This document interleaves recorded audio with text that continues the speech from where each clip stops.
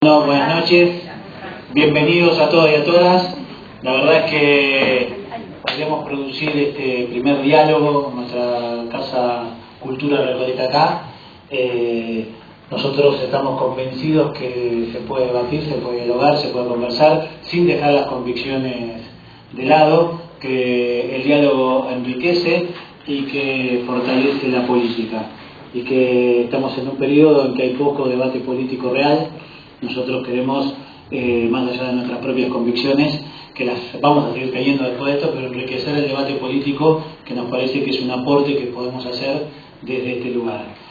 Por eso los invitados que hoy tenemos, por eso lo llamamos diálogo. La idea es conversar un rato. Contamos y le agradecemos especialmente la presencia a Eduardo Fidanza, consultor, sociólogo de poliarquía, columnista de La Nación, digo muy breve, Mario Weinfeld, fundador de la revista Unidos, que dije que lo iba a decir porque la leía, me la hacían leer cuando tenía 14 años, columnista de Página 12, bueno, redactor, todos lo conocen, ahora también estrella en Duro de Domar. La idea es que va a arrancar Eduardo, después va a seguir Mario, y las preguntas, ahí va a haber, está Elida ahí, con unos post-it y unos lápices para ir pasándolas por escrito, así se las vamos pasando a ellos, así ordenamos un poquito mejor. Y comentarles que hoy también estamos inaugurando una muestra de pinturas de la artista Cecilia Epstein-Sabán, así que disfruten también, se las queremos mostrar, véanlas porque la verdad que está muy buena. Bueno, bienvenidos. Bueno, buenas noches. En primer lugar, muchas gracias por la invitación a todo el grupo promotor de este local. Para mí, verdaderamente, es un gusto estar acá.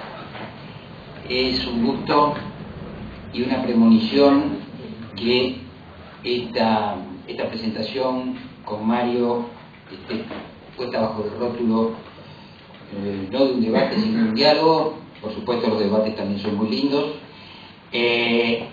Y yo lo que me propongo hacer en 15 minutos es hablar en términos de cómo yo estoy viendo el escenario, concretamente el escenario político de la coyuntura, que es lo que nos preocupa.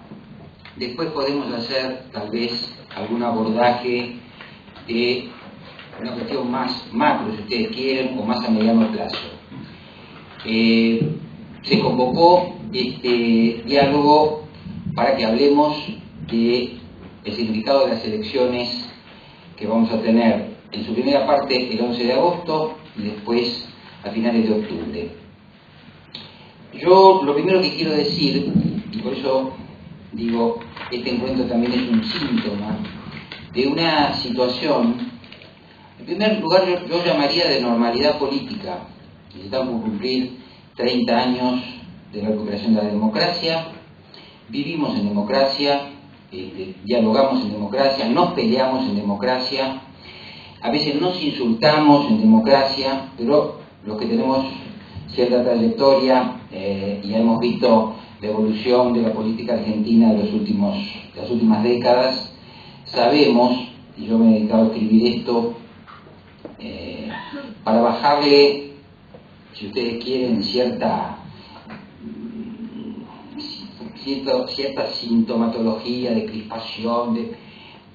Por ahora, y felizmente, la democracia argentina funciona, y además, como yo digo, es un psicodrama más que una tragedia política, un psicodrama. ¿Qué es el psicodrama?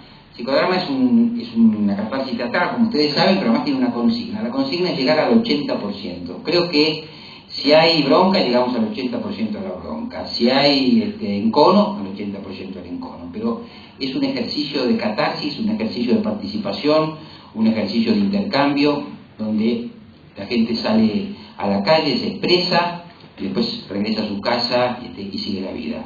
Entonces me parece una cosa muy importante. Hoy Mario escribía su columna en Página 12 y un poco era esto, ¿no es cierto? La normalidad política, el hecho de que estamos desarrollando una campaña, esta es una campaña relativamente tranquila. Ahora, en ese marco, lo que yo sí creo que se puede sostener es, sin embargo, que luego de esta campaña y luego de los resultados, lo que se está poniendo en juego, y eso es lo que vamos a ver después, creo que es, y esto sí es muy, muy fuerte, es la evolución, si ustedes quieren, del proyecto político del kirchnerismo que ha dominado toda la década. ¿Por qué lo digo? Voy a hablar, y espero que ustedes esta consigna la mantengamos, en términos de probabilidades, según lo que yo veo como analista político y sobre todo lo que vemos en términos de los datos de opinión pública que nosotros analizamos. Estas elecciones de medio término del segundo periodo de Cristina Kirchner son en verdad un test sobre los logros y las insuficiencias del kirchnerismo. Cristina sigue estando en el centro de la escena, para que algunos o muchos la defiendan, para que algunos la cuestionen. Cristina está en el centro de la escena y las elecciones se nacionalizan porque son en torno a los logros, como yo digo, del gobierno y sus deficiencias. Ahora, si yo tomo estas elecciones, tienen para mí alguna reminiscencia de las elecciones de medio término del segundo periodo de Menem, ¿cierto?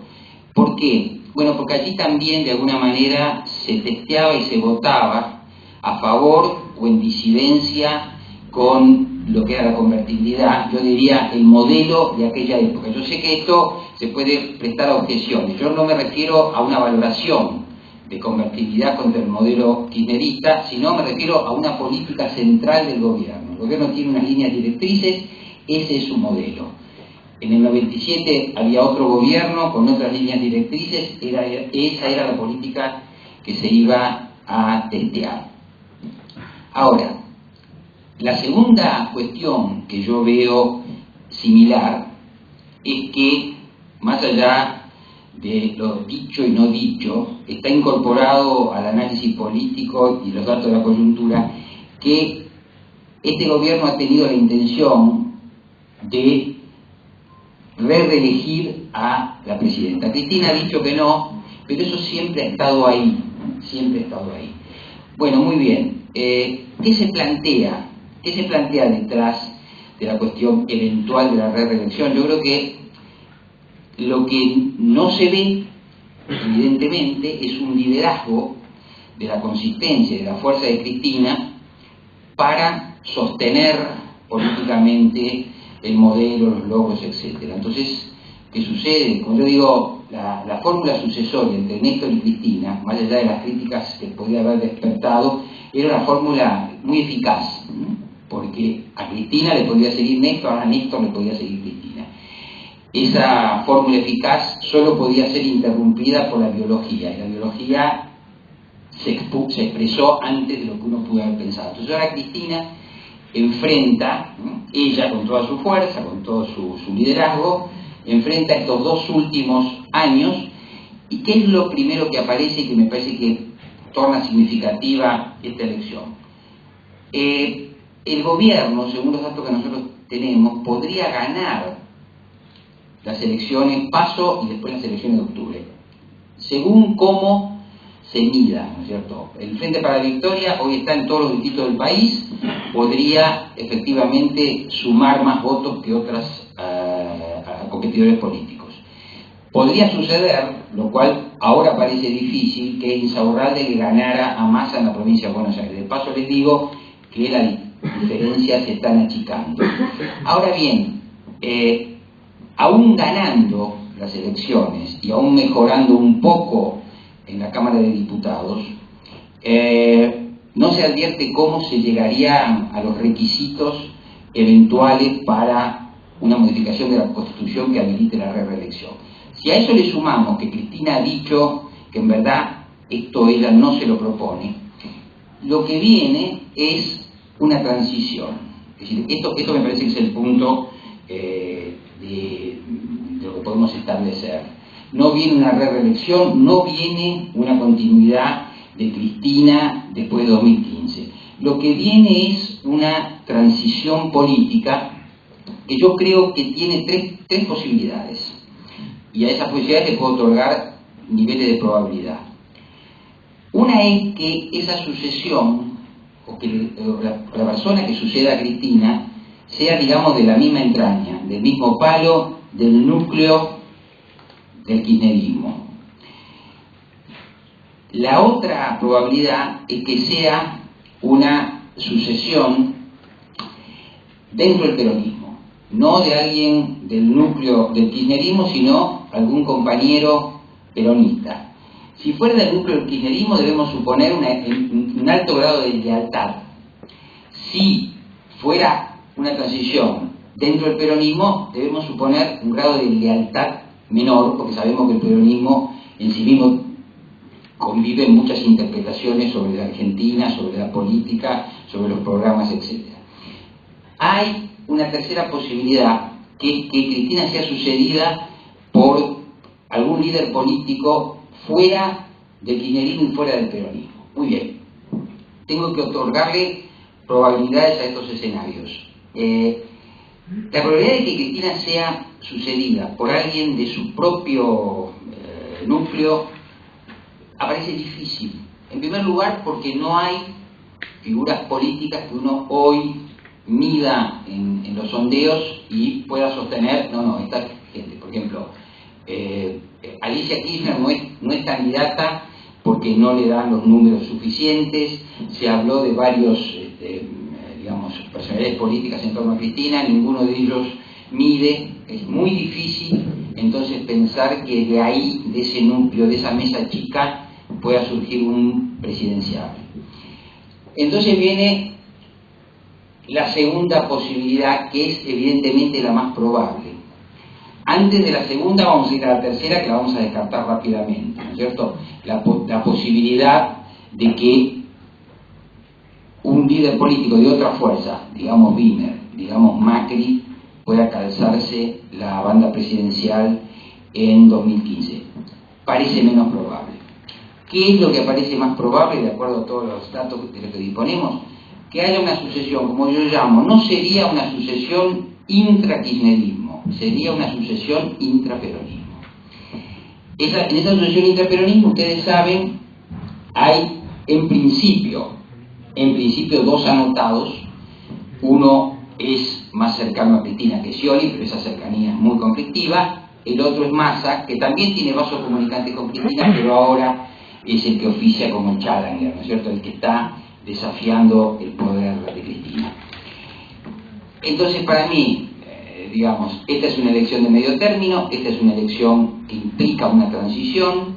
Esa transición, lo más probable es que sea, como yo digo, intraperonista, y a mi modo de ver, y ahí se abren perspectivas que hay que analizar, el peronismo se sucedería a sí mismo en una condición de dominio político extraordinaria, que se empieza a insinuar después de la crisis de 2001-2002, cuando el espectro no peronista de la política argentina estalla en pedazos. El peronismo entonces transfiere, como se ha dicho, su interna a la elección general, presenta 3 candidaturas, Menem, Kirchner y Rodríguez A, y reúnen el 61% de los votos a nivel nacional.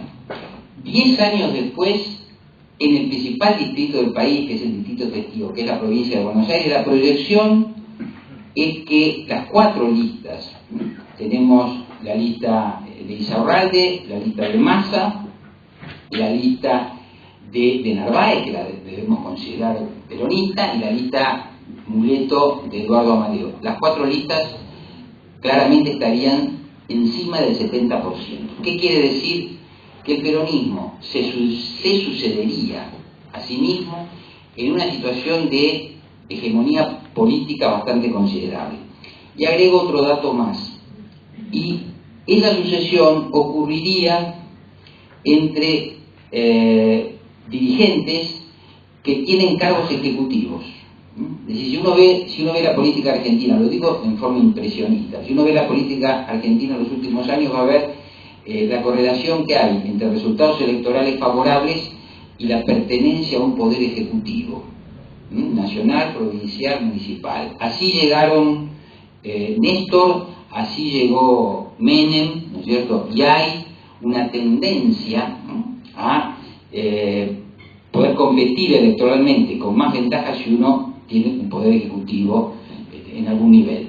Entonces, esta sería una transición intraperonista entre figuras que tienen a su cargo poderes ejecutivos, quiere decir, tienen manejo de recursos, tienen experiencia en gestión y discutirían en principio sobre cuestiones más concretas, cuestiones que tienen que ver con cómo se ejecutan las políticas, etc. Pero hay una tercera característica que a mí me interesa marcar, y también hay que ponerla en el marco de un cálculo de probabilidades. Esta transición sucedería en un contexto político estable, pero me importa más el segundo dato, sería económicamente estable. Mi planteo muy sencillo es así. Si la economía argentina, como sostienen una cantidad de economistas, entre ellos los economistas que están en torno a Sergio Massa, y por cierto, los que están en el gobierno, ¿qué se sostiene? Bueno, lo que vienen son turbulencias. Si en cambio fuéramos al otro lado de la biblioteca, y a muchos cultores del catastrofismo, dijéramos, no, vamos a un crash, ¿no es cierto? Es decir, no es que el avión va a tener turbulencias, sino que se va a caer. Entonces las cuestiones serían otras. ¿Por qué? Porque uno lo que puede observar es, en muchas transiciones de la Argentina, desde Perón, me refiero a transiciones democráticas, ha habido que recurrir a discursos refundacionales, ¿no? ¿Por qué? Porque son discursos apropiados a crisis muy severas. Podemos después desarrollarlo, no voy a desarrollarlo ahora esto, pero ¿qué sucede? Si, a diferencia del 89-90 y del 2001-2003, el cambio de liderazgo no se diera en una crisis que obligara a cirugía mayor sin anestesia o paso a paso del infierno al purgatorio, bueno, el tipo de discurso no sería refundacional y el tipo de liderazgo sería distinto. A mí me parece que un debate insaurral de Massa es el debate, diríamos apropiado, no sé si apropiado, pero acorde a una transición de las características que yo estoy describiendo. Por cierto, después yo agrego la pregunta que la he escrito, es si estos líderes, en cierta manera de la micropolítica, muy respetable, pero de la micropolítica, porque hay otros intendentes, no necesariamente kirchneristas o masistas, si estos líderes nuevos, jóvenes de la micropolítica, además de marketing, de gestión y de obsesividad en el buen sentido por el trabajo, tienen alguna idea más macro, ¿no es cierto?, más una visión de fondo sobre el futuro de la Argentina. Cuando Cristina cuelgue los botines, quiero decir, se saque la banda, porque los botines no lo va a colgar nunca, a lo mejor tengamos nostalgia de una visión política de gente que hoy tiene 60 años, pero que ha mirado la política argentina en términos, si ustedes quieren, más ideológicos. A veces con exceso de ideología. Pero el punto es también qué lugar va a tener la ideología como visión a mediano plazo sobre las cuestiones estructurales de la Argentina. Por ahora, lo que estamos viendo es otro tono, lo que estamos viendo es otra temática y lo que estamos viendo es otra cultura política. Bueno, este es mi contexto, yo no quiero hablar más que esto. A partir de acá después, si ustedes quieren, podríamos dialogar. Gracias.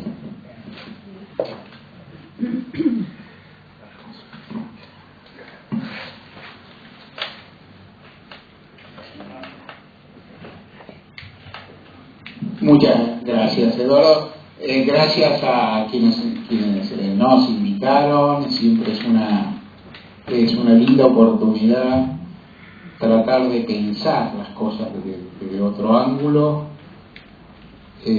Una mínima de dialogar o estar al lado de Eduardo Fidanza, quien uno respeta muchísimo, es un placer y un aliciente especial, él lo sabe. Y como declaración de principio, antes de que se abra, digo, francamente creo que todo este tipo de encuentros, en un país donde se discute vigorosamente y mucho, es tratar de llevarse media hipótesis que uno no tenía antes, digo. O sea, cuando hablo, si no estuviera con, es más, digo una cosa que enoja, porque que diría, que siempre digo en ámbitos, digamos, con los que uno tiene, se supone, por lo menos con la mayoría de sus asistentes, un grado de identidad, que es una de las personas más inteligentes que conozco, creo que me dijo, no lo sé, y después yo adopté una frase, que hay que, así como hay que prevenirse de la famosa banalidad del mal, esta es una etapa para prevenirse de la banalidad del bien. O sea, esta es una etapa para prevenirse de los lugares comunes propios, del sentido de todas las verdades establecidas que muchos compartimos en sesgo, pero que a veces no nos atrevemos a revisar. Creo siempre, cuando escribo, que ese es mi deber. Cuando hablo, en un medio, también creo decir que el público no se lleve lo mismo que tenía. ¿No? Esto quiero, y también me gustaría pasar en esta conversación. En general las preguntas ayudan más que los speech de uno, pero de cualquier manera está la intención. Voy a hablar de algo no tan diferente a lo que habló Eduardo, por ahí, inclusive con varias cuestiones tangentes, pero por ahí asperitas de otro ángulo. Digo, bueno, tenemos elecciones. ¿Hay mucho en juego? Sí, hay mucho en juego. ¿Por qué hay mucho en juego? Creo yo, por ahí, porque en el mundo que yo conozco, que es mucho más la Argentina que otros países, para ser franco, pero que imagino que en otros países también, aunque puede haber alguna variante, las elecciones son gobierno-céntricas. O sea, en definitiva, el que juega, las elecciones se juegan alrededor del gobierno. En Argentina fuertemente. Y más, y yo diré más, en concepto, creo yo, simplificando algo, procesos que son muy complicados. Estamos hablando, voy a simplificar algo que es una elección en 24 distritos que después sumamos, ¿no? O sea, lo sumamos, pero son 24 distritos, cada uno tiene su lógica, su historia, su colorcito, su tradición política, sus liderazgos internos, su funcionamiento, y nosotros vamos a hacer una visión nacional. Y sin embargo, aún en esta elección es gobierno-céntrica, y aún esta elección, creo yo, en concepto, ¿la va a ganar o la va a perder el gobierno? O quién sabe, la va a empatar, no sé cómo saldrá, pero quiero decir, es el gobierno el gran sujeto, si cabe un gobierno como este, un poquito más, pero no tanto. Si uno mira toda la secuencia de las elecciones que hubo en Argentina en el año 83, puede explicar fácil por qué las ganó o las perdió el gobierno de turno, digamos. Es bastante sencillo. ¿Qué hay en juego entonces? Primera cuestión, comparto con Eduardo y lo digo enfáticamente. Seguramente cuando termine la elección va a haber una disputa acerca del sentido, qué pasó, quién ganó, quién perdió, clásica discusión, y que tal vez no sea tan fácil de saltar como en otros casos, o tan fácil, digamos, son las que puede haber varias vertientes. Una, digo, para el discurso opositor, creo que van a poder decir fácilmente, no va a haber reelección, no va a haber reforma constitucional. Eso me parece que está dado en la formación del Congreso, que se puede imaginar, aún con un resultado muy amplio, yo creo que inesperado a favor del Frente para la Victoria, inesperable en este momento. Las mayorías legislativas no van a dar, yo creo que las mayorías sociales inclusive no darían en una elección ulterior constituyente donde el Frente para la Victoria tendría que volver a sacar, sacar el 50% más uno de los legisladores para los constituyentes para poder hacerlo. Me parece que eso está práctico en la historia, nunca se puede decir nunca. Me parece que como hipótesis de trabajo esa posibilidad está desechada y sobre eso se va construyendo la situación. Entonces yo diría, la reelección casi no está en disputa, creo yo. Segunda cuestión, ¿qué es lo que hay en disputa? Si para el oficialismo, como primera, si para todos, bueno, un lugar, qué posición tenés, cuánto sumás en general, cómo funciona. Para el oficialismo, para todos, es ver cuántas bancas se tienen en el Congreso. Una oposición dividida compite con el oficialismo, pero compite por otra parte interiormente, es decir, cuántas tienen, cuántas le quedan, cuántas pierden. No hablo de esto en detalle, mucho menos ahora, pero es una cuestión interesante para observar. Para el oficialismo la cuestión es gobernabilidad futura. O sea, el núcleo del oficialismo para mí, el núcleo de una victoria del oficialismo con una salvedad importante, el potencial simbólico que tiene ganar en la provincia de Buenos Aires, así sea en definición por penales, el núcleo de una victoria del oficialismo que conservara sus mayorías apretadas y difíciles y trabajables en las dos cámaras. Eso es gobernabilidad para los 2 años, eso es transición ordenada, eso es la posibilidad, inclusive, eso es reforzar la posibilidad del kirchnerismo, de Cristina Kirchner, de organizar su propia sucesión. cuya suerte ulterior después se verá. Pero si el gobierno cuenta con un Congreso más o menos alineado, como es el que tiene actualmente, tienen, digamos, un aspecto de la realidad tiene muchas otras más facetas, básicamente, inclusive todo lo que es, digamos, lo que son las reacciones sociales y lo que es la realidad económica, que están fuera de la, digamos, que no se dirimen en las urnas. Para mí el núcleo es ese, y el núcleo para el gobierno sería ese. Y diría un second best, que sería casi especular con el empate, sería conservar hegemonía en una de las cámaras y no las dos, y tener un Congreso más o menos apagado durante 2 años y funcionar un gobierno kirchnerista. Uno puede imaginar que va a poder funcionar, sería casi una segunda posibilidad.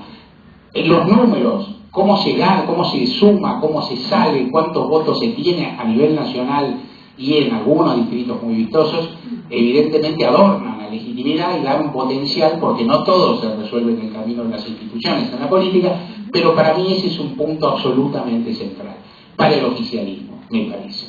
Mucho más que la reelección, que creo que está, digamos, que no está en el horizonte. ¿Cómo que es para la oposición? Bueno, en parte muchos juegan muchas bancas, porque se ha sabido, compiten contra la elección de 2009, fue muy fructífero en los partidos opositores, el radicalismo por caso, y no para nada el único, el PRO también juega muchas. Entonces, conservar cada uno su potencial es importante. Luego está la interna, digamos, ¿no? Es decir, ver cómo salen entre ellos para ver cómo se colocan con relación al 2015. ¿Cómo llegan a esta cuestión y cómo se organizan? Yo creo que cómo se han organizado trasunta un poco lo que han construido políticamente, tanto el oficialismo como la oposición en estos años, más la astucia que existe al momento de armar las listas, ¿no? Al momento de armar las listas se pueden hacer algunas jugaditas. Lo que no se puede hacer, me parece, es magia, ¿no? Es decir, se pueden inventar algunas cosas, otras no se pueden. Es decir, el oficialismo que muestra, el oficialismo muestra núcleos sólidos de lealtades, puede imaginar listas, puede imaginar armar listas, que lo ha hecho, donde haya fidelidades muy fuertes y por lo tanto no tener que el grupo que entre en esta elección de compañeros peronistas haya algunos que sientan la tentación de cambiar la camiseta durante el partido, si el partido funciona mal, que es la verdad 21, digamos, o sea, se puede, la verdad 21 del justicialismo dice que estás perdiendo, podés cambiar la camiseta al contrario, sobre todo si es un compañero peronista. Esto pasó en 2008-2009, pasó 100 veces, ¿no? Pero pasó en 2008-2009, el oficialismo armaba una lista como para decir, estos son cuadros políticos míos y cuento con ellos. Y lo que el oficialismo no tiene, porque no construyó, son figuras nacionales, lo dijo Eduardo, son figuras nacionales, vistosas, presentables con una virtualidad electoral. Y entonces uno ve, y si uno ve el diseño de las listas, inclusive particularmente por ahí en algunos distritos, pero digamos la ciudad autónoma, la provincia de Buenos Aires, Córdoba, hay distritos importantes, y aún Mendoza, y no quiero extenderme más, el oficialismo cuenta con figuras que a lo que uno no le ve un potencial nacional, inclusive ni siquiera un nivel de conocimiento público, y es una parte de las dificultades que tiene Insaurralde y creo yo la lista de Capital por el lado de la lista de diputados. Pero en cualquier caso, el oficialismo muestra, y algo, y no voy a hacer una teoría de por qué el oficialismo, un oficialismo exitoso, hegemónico, politizador y demás, no tiene figuras que puedan tener sabor potencial como para ser presidencial, pero es bastante clarito que no las tiene, y esta es una de sus flaquezas. La oposición también llega como llega. Yo, en mi visión, yo la dividiría en 3 tramos para ordenar la oposición. Uno, el panradicalismo, o sea, que diría socialistas y radicales, básicamente. Otros son los peronistas, no kirchneristas, y otros el macrismo, ¿no? Así simplificando mucho. Pero mi impresión, el panradicalismo hizo armados políticos interesantes a partir de una situación muy débil. O sea, están flojos en general, y siguen estándolo. Eduardo casi ya los relegó a 2015, digo, ¿no? Es decir, por lo menos le asignó pocas chances, por ser correcto. Y entonces me dice, bueno, ¿qué podían hacer? Y podían hacer más, la verdad que lo que hicieron en términos de armados electorales, mejor que podían hacer, considerando que no tienen estructura nacional, que algunos son fuertes en un distrito y en otros no, que no tienen figuras nuevas, y entonces hicieron lo mejor que podían hacer, o sea, ir con la coalición socialista fuerte, radicalismo atrás en Santa Fe, que es eficaz, digamos, que tiene mucha legitimidad, que ha ganado varias elecciones, y su mejor figura, que es el Benedito, indica que le va a ir muy bien. Haciendo el engendro que hicieron en Capital, pero que yo creo que en términos de rédito de cosecha electoral puede ser muy atractivo, les puede ir muy bien. No discuto su seriedad, toda esa cosa, estoy hablando de momento de táctica. El radicalismo va más bien solito en las dos provincias, tiene candidatos que tienen potencial alto, es decir, en Córdoba y en Nueva 43, en Córdoba y en Mendoza, donde les puede ir bien. Y en la provincia de Buenos Aires hace lo que mejor puede para salir tercero con dignidad, ¿no? O sea, si no pueden aspirar más, bueno, se juntan todos y listo. ¿Y qué candidatos ponen? Ninguno nuevo, ninguno novedoso, ninguno atractivo, candidatos gastados, candidatos... Yo respeto a muchos de ellos, digamos, ¿no? Inclusive uno puede decir hasta que tiene algo parado, pero cero novedad, ¿no? Es decir, los de siempre, inclusive los que perdieron en 2009, los que perdieron en 2011, los que perdieron en 2009, no los que ganaron apenas en 2009, ¿no? O sea, cero novedad, pero era lo mejor que podía. El peronismo venía muy perdido, no podía coaligarse, le había ido muy mal en 2011, pero el peronismo tiene un potencial que es... Creo que lo que señala Eduardo como característica posible hacia 2000, que es primero, el peronismo tiene el peronismo tiene una aceptación a la hora de ser votado muy alto en general, y entonces siempre existe la posibilidad de que exista un presidenciable alternativo en el peronismo, digamos, porque eso, ese candidato era Scioli, uno diría en términos, cuando uno está al lado científico social tiene que ser riguroso con su lenguaje. Era Scioli por cojones, digamos, porque tocaba que fuera él, pero Scioli no quiso hacer, entonces Massa, que es un tipo más parecido a Scioli, más joven y más light, si esto fuera posible. Digamos, y entonces, pero alguien, yo no quiero decir que alguien tenía que ser, porque a veces no es, porque a veces el manejo de los protagonistas o el manejo de las fuerzas no da, se distrae, deja pasar la oportunidad, pero era factible que eso pasara. O sea, si existía el lugar de Scioli, existía el lugar. No era porque existía Scioli, digamos, existía el lugar. Existiendo el lugar, no arriesgando Scioli, digamos, bueno, aparece Massa que digamos, expresa algo posible. O sea, hay un potencial ahí para el peronismo en caso de que Massa emerja. Yo no comparto el optimismo de sus partidarios y de muchos profetas del futuro, lo comparto y lo descarto, ¿no? Pero si me parece que le quedaría mucho, aún si le fuera muy bien, le quedaría mucho por caminar, tendría muchas cuestiones, pero en cualquier caso le da un hálito de oportunidad al peronismo disidente, el peronismo federal, llamémoslo como queramos, le da un hálito de oportunidad en una fuerza que está muy desordenada, que no tiene caciques, pero que puede obtener victoria de todas formas en dos distritos muy importantes, que son Córdoba y la provincia de Buenos Aires, que se ha puesto muy competitivo en la provincia de Buenos Aires, y que además, bueno, puede obviamente disputar clientela, o sea, puede disputar apoyos sociales que son afines al kirchnerismo y puede disputar dirigencia o demás. A partir de ahí, yo creo que más o menos entonces todos se organizaron así, con sus debilidades y sus potenciales. El potencial de Massa, yo creo que en un cachito su figura y en un cachito el potencial del peronismo otro. O sea, el peronismo otro tiene un potencial, es decir, el kirchnerismo lo subyugó de 2003 a 2011 y ahora, digamos, se le dificulta más. Muchos intentaron quedarse con ese cetro, Moyano, Labaña, ¿no? Duarte antes, los dos Rodríguez. Bueno, ahora emerge Massa, digamos, yo creo que ahí hay un potencial de lugar. Y por último, digamos, está el paupérrimo desempeño de Mauricio Macri, que no ha sido capaz, manejando una ciudad que es fuerte, que económicamente, digamos, es sólida, que se deja ver mucho, para extender para extender lo que podría ser su armado político y demás, y que entonces está muy confinado en la ciudad con 2 o 3 francotiradores que tiene por ahí, que digo que casi la mera enumeración da noción de la pobreza de la cuestión, que tiene un referí en un lugar, digamos, ¿no? un cómico y 2 cómicos, Olmedo en el norte y el CEL, digamos, en Santa Fe. Digo, y todos pueden sacar algunos votos, me parece que algunos más que otros, me parece que mi imaginario parece que más posibilidad tiene Olmedo, pero en cualquier caso también son nietos, no lo digo en serio, pero Pero en cualquier caso me parece que son, primero, que no reflejan nada, no tienen ninguna estructura detrás, no, es decir, no significan dominio de un territorio ni cosa que se le parezca, y por otro lado, que también me parece importante, son muchachos que se le van a ir a la primera de cambio si hay otra fuerza que manda cualquier cosa. Uno puede decir, ¿qué pasa con esto? ¿Qué pasa con esas figuritas si el kirchnerismo le va muy bien? ¿O qué pasa con esas figuritas si a Massa le va muy bien? Digamos, como olvídalo, digamos, ¿no?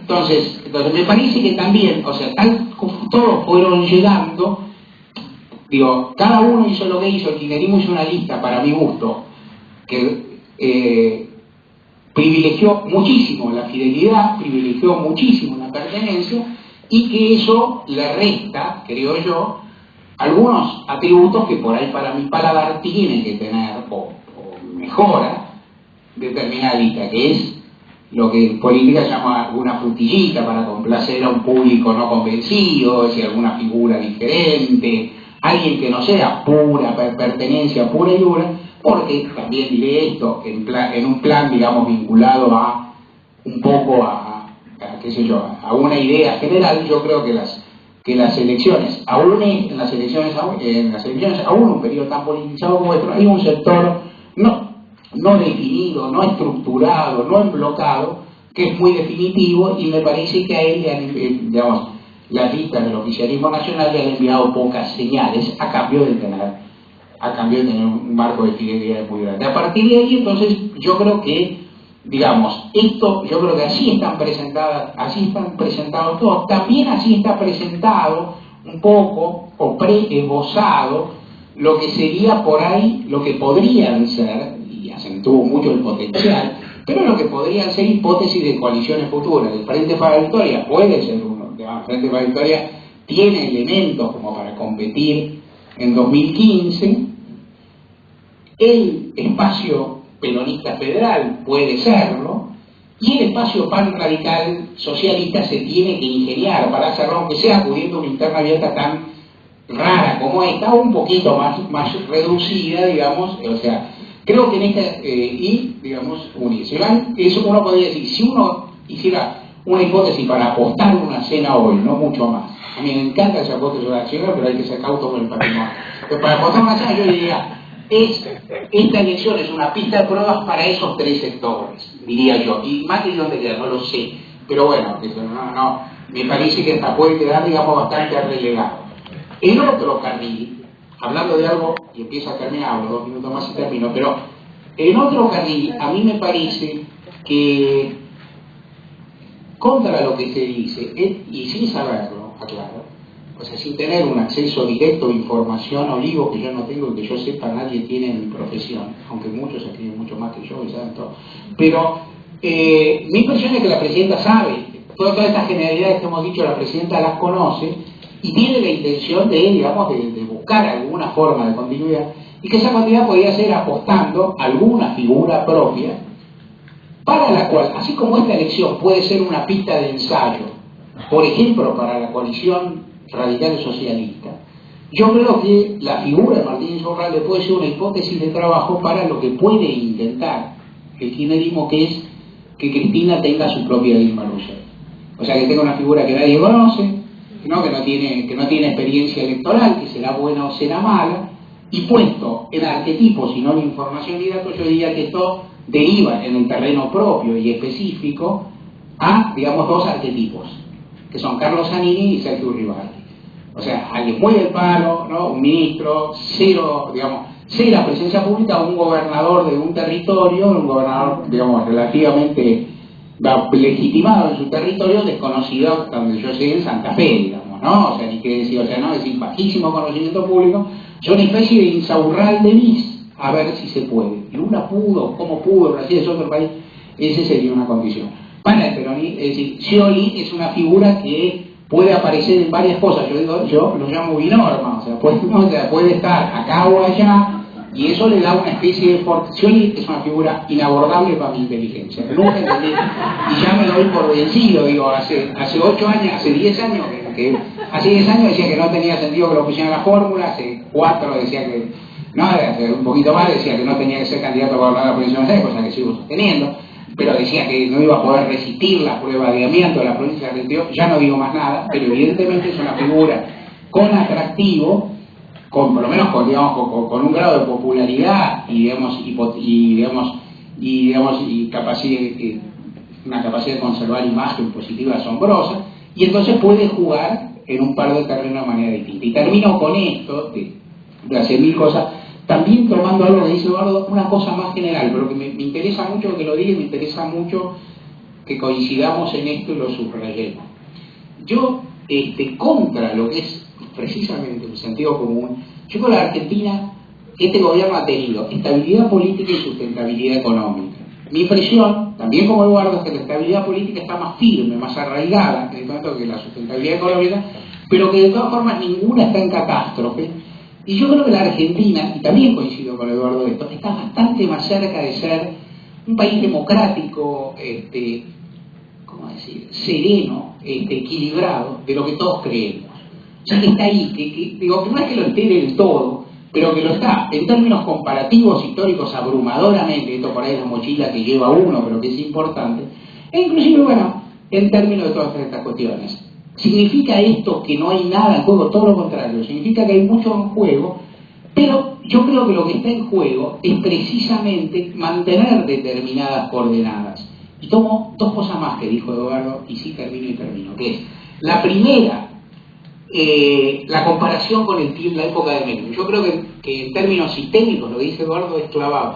Yo lo que señalaría como una especie de paradoja es que en la época de Menem todos querían conservar, por lo menos sus adversarios más importantes querían conservar los aspectos menos conservables y suprimir o modificar aspectos criticables pero episódicos. O sea, mantener el sistema económico y cambiar la corrupción, que está muy bien, digo, pero que en el fondo era el follaje de la cuestión.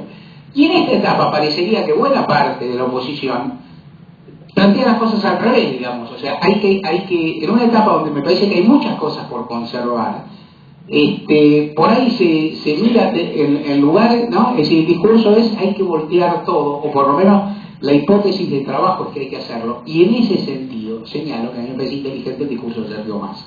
No sé si él es un administrador válido para ese discurso, no sé si podrá hacer lo que dice, pero creo que es inteligente plantear eso, porque yo creo que es parte de lo que hay que plantear. Y por último, cuando se habla tanto de conflicto y de no conflicto, yo diría, apenas ironizando o chicaneando un cachito para cerrar, creo que el mayor conflicto en la Argentina es la falta de gobernabilidad. Si yo fuera una persona temerosa del conflicto, yo votaría al gobierno.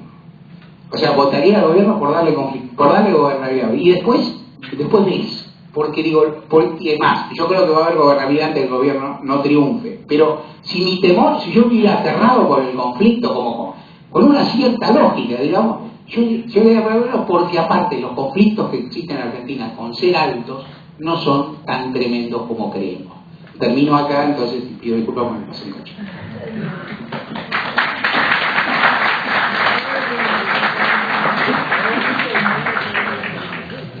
Perdimos a Eli, a ver si tenemos las preguntas. Levante la manito y pide preguntas. No. Mientras ir ganando tiempo, aprovecho con el uso del micrófono. Entonces, digo brevemente, ya que hablamos de la coyuntura nacional y la década de gobierno kirchnerista, en la ciudad de Buenos Aires van a ser 8 años, dentro de poco, de gobierno macrista. Más allá de la coyuntura nacional, ¿cómo analizan las posibilidades de un post-macrismo o de una continuidad del macrismo ya como partido vecinal, aparentemente por las coincidencias que ustedes dos expresaron acá? Yo no he estado pensando mucho en la política de la ciudad, a pesar de que vivo acá, pero depende, porque si nosotros vemos la historia electoral, lo que vemos como constante en un determinado momento es la decadencia casi simultánea, mucho más del radicalismo que del peronismo, pero claramente hay un retroceso. Ahora, acá lo que está pasando en la ciudad de Buenos Aires, y que creo que hay que mirar con mucho interés, es esta utilización. Vean ustedes las paradojas de la política, ¿no es cierto? Los que están dispuestos a no aceptar nada del kirchnerismo en su momento también cuestionaron la reforma electoral. y las famosas PASO. Pero ahora se va a emplear esa herramienta cuestionada. Paradójicamente el gobierno dice, creé esta herramienta y ahora se me viene en contra. Pero la van a utilizar. Y es interesante ver lo que hay allí. Yo estoy trabajando ahora con la gente de Gilavedra y Radgay, etcétera, pero además conozco un poco de adentro. Bueno, finalmente, después de tanto tiempo de decirle a la oposición no peronista, muchachos, júntense porque la gente quiere eso, finalmente han pensado, han usado este mecanismo. ¿Y qué es lo que se está viendo? Bueno, se están viendo cosas que están preocupando mucho al macrismo. Por ejemplo, si ustedes ven la encuesta de poliarquía del domingo pasado, lo que ven es que simplemente se puede hacer una estimación para diputados donde si algebraicamente sumaran Lilita, Lustó y Lilita, Lustó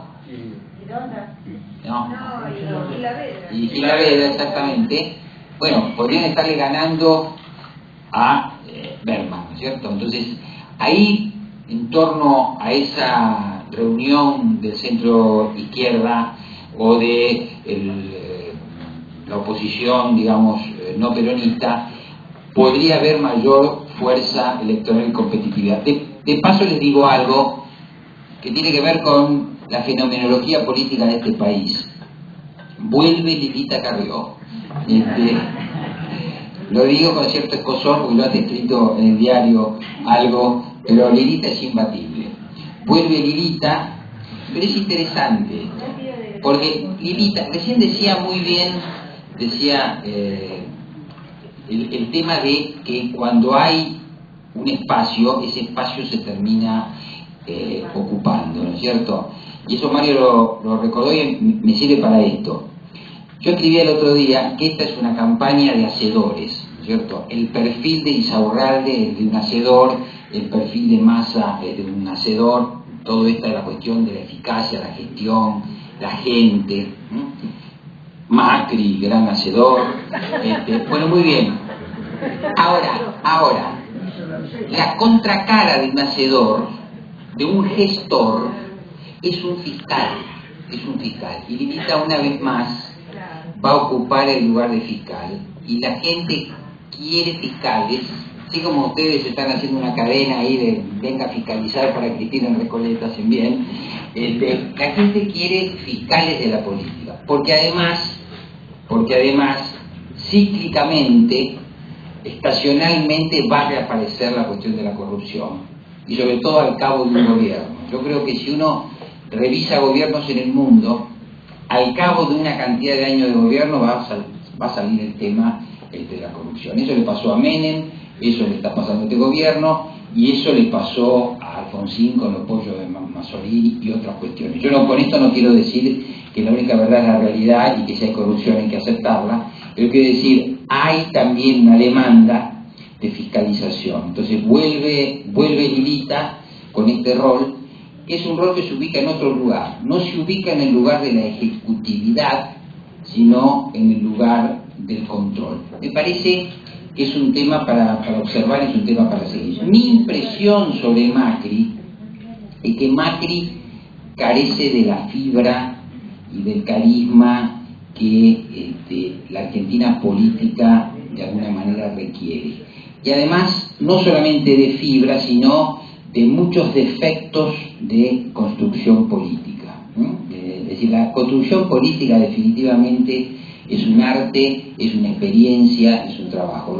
Los fracasos y los errores del macrismo en su construcción política a nivel nacional muestran el techo de sus posibilidades.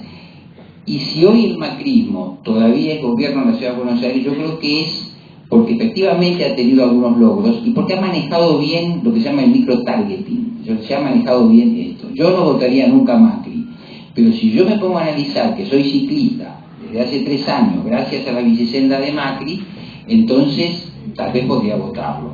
Si alguno toma el microbús y el microbús le resulta, podría votarlo. Se ha manejado bien esta idea, ¿no es cierto?, de gestionar para determinados públicos y que cada uno de esos públicos haga su balance entre lo mejor y lo peor. Y quiero decir esto, porque esto es un tema. Me parece que también hay algo para reflexionar cuando uno se opone a Macri, ¿cierto? La oposición a Macri no puede ser solamente ideológica, tiene que ser también de gestión. Salvo que llueva.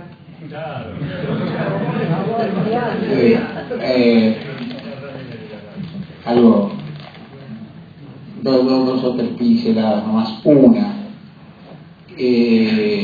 comparto bastante también de la pintura que hizo Eduardo sobre Macri y sobre Lilita, ¿no? O sea, es decir, yo creo aparte que hay, en forma muy brutal, y sirve para los dos, hay políticos como hace mucho, no he hablado de fútbol nada y me siento un poco deprimido. Hay políticos que tienen, como se dice, una expresión espantosa, que es volumen de juego, ¿no? O sea, digo, pero decir, hay políticos que son políticos, se bancan las malas situaciones, vuelven, batallan, se levantan, caen, y lo único que se les ocurre cuando caen es volver a levantarse, ¿no? O sea, y hay otros que funcionan de otra manera, que son gánicos, que digamos que absorben por ahí, recogen el viento de cola, qué sé yo, y eso es una diferencia muy grande. Y Elisa Carrió, le guste a quien le guste, es una política de esa que tiene una enorme voluntad, digamos, o sea, no se baja del ring, la bajan del ring, vuelve a subir, listo, ¿cierto? Entonces, ahora encuentra una coyuntura favorable, yo creo que no mucho más, en un distrito favorable, pero, digamos, se va a hacer. Macri es prolijamente lo contrario, me parece, es un tipo sin voluntad, es gánico en el mal sentido de la palabra, es una cosa que no, o sea, tipo casi caprichoso, enfurruñado. Roberto Labaña, con muy otro temperamento, muy otra formación, y yo diría mucha otra densidad, es algo parecido. Me digo, a ver cuando me vienen a buscar con el auto, a ver dónde me lleva. No, si yo soy candidato a presidente, que vengan, no me hagan un partido, un acto, una reunión. Si las cosas por ahí son un poco más complicadas que eso, a veces hay que hablar con tipos intratables, en lugares feos, comer chorizo frío, yo qué sé, hacer una cantidad de cosas que los políticos tradicionales saben hacer muy bien, que cada vez hacen menos, pero que todas formas saben hacer, y llegar a algún lado. El futuro, es decir, el futuro de Macri nacional hablé. El futuro de la ciudad autónoma, no sé qué pensar. Me parece que Macri es una figura que todavía es muy distante de sus seguidores. Y a diferencia de lo que todos dicen, no sé, mucha gente similar digamos, que tiene que poner un pensamiento afín a alguno, yo no creo que Macri exprese algo así como el espíritu profundo de los porteños. Que la verdad que, digamos, desde que se autogobiernan, eligieron a Aníbal Ibarra, y después a Fernando de la Rúa, un radical, y ahora eligieron a Macri, era una conjunción de factores, la cual, bueno, digamos, el repaso, digamos, bueno, tuvo la catástrofe de Cromañón, la tragedia de Cromañón, por lo tanto, se desvaneció, digamos, con potencial, o sea que ha tenido una gran variedad política, que dicho sea de paso, y no sé para qué digo esto, porque no sé si es serio lo que digo, pero no hay distritos nuevos en Argentina que más diferentes no pueden ser, que son Tierra del Fuego y la Ciudad Autónoma, son distritos con mucha pluralidad ideológica, que han tenido gobiernos de muy distintos signos. Uno puede decir, bueno, ¿no? Ushuaia es como un barrio, ¿no? Es decir, Tierra del Fuego es como un barrio, Buenos Aires, no sé. Digo, creados nuevos en este terreno, algo tienen en común. Y yo creo que la Ciudad Autónoma es un lugar pluralista, difícil, que si yo tuviera que imaginar algo, diría, va a moverse al viento de la historia en 2015 y seguramente no va a revalidar un macrismo sin Macri, que de todas formas es la figura más potente de su fuerza, máximo cuando el hombre haya perdido potencial acá de allá. Yo también comparto que Macri tiene y eso ocurre en el mundo de mis amigos y demás, una visión o una práctica operativa interesante, un dispositivo de publicidad muy alta, pero no es todo la publicidad. Hay algunas cosas que son gratas, y yo digo una barbaridad porque soy muy porteño. Digo, la ciudad de Buenos Aires está muy sucia, dice mi compañera, que es más fervorosa que yo, que es más cá que yo, y que es más entusiasta que yo, está muy sucia. Yo no sé cuándo estuvo limpia, no tengo un registro. Hablo de la cuadra de mi casa, que es la única que conozco en serio, pero ¿cómo sabe un vecino cómo está la ciudad de sucia en Caballito, donde viví 15 años en el No tengo ni idea. Yo no sé, voy una vez, justo ese día limpiado, justo ese día no.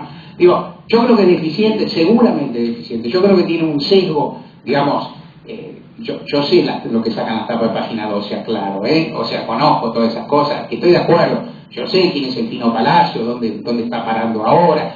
Conozco esas cuestiones. Lo que digo es, en la ciudad de Buenos Aires, como en muchos lugares de la Argentina, y esto no es solo mérito de Macri, se vive mejor que hace ciertos tiempos. Es una ciudad más grata, donde hay 5.000 lugares para tomar café en la vereda, una cosa que a mí me encanta, digamos, y cuando empezó Macri debía haber 400, y uno puede decir, eso es lógico, eso ocurre también en Curuzú-Cuatiá, puede ser, pero también el intendente de Curuzú-Cuatiá lo religen todo el tiempo y a casi todo. Pero mi impresión es que el ciclo del macrismo está en riesgo por eso, porque, digamos, primero porque esta sociedad es más veleidosa de lo que se piensa, porque va a dejar de ofrecer y porque no está él. En orden a la elección local me parece muy compleja, muy abierta, y ciertamente me parece astutísima la jugada de la UNE, que es la única novedad. También, digo, la cuestión de la novedad no sé cuánto va a jugar, pero digo, en esta ciudad las otras listas son previsibles, digamos, y la de la UNE no. Y todos dicen que esto es una vergüenza, y, bueno, o por lo menos algunos dicen, bueno, en términos ideológicos que es una gran mezcla, pero tiene algo, tiene algún ingrediente atractivo que por ahí las otras no tienen. Primeras preguntas recibidas. A ver, una, que la más diferente, digo, es argentinos que emigraron al exterior en diferentes épocas, se quiere que vuelvan, qué hay que hacer, qué se está haciendo. Y las otras más con la política, algunas creo que están respondidas, pero las hago igual. ¿Qué opinan de la consigna poner límites si no es antidemocrática? ¿Cómo afecta la unión Macri-Massa? Y para Eduardo, pues supongo que le dice fianza acá, porque hay tanto odio en los discursos y ninguna idea concreta. Esa es una buena pregunta. Yo además quiero decir una cosa que supongo que Mario compartirá. Nosotros escribimos semanalmente en 2 diarios que están un poco en las antípodas. La cuestión del odio es una cuestión complicada.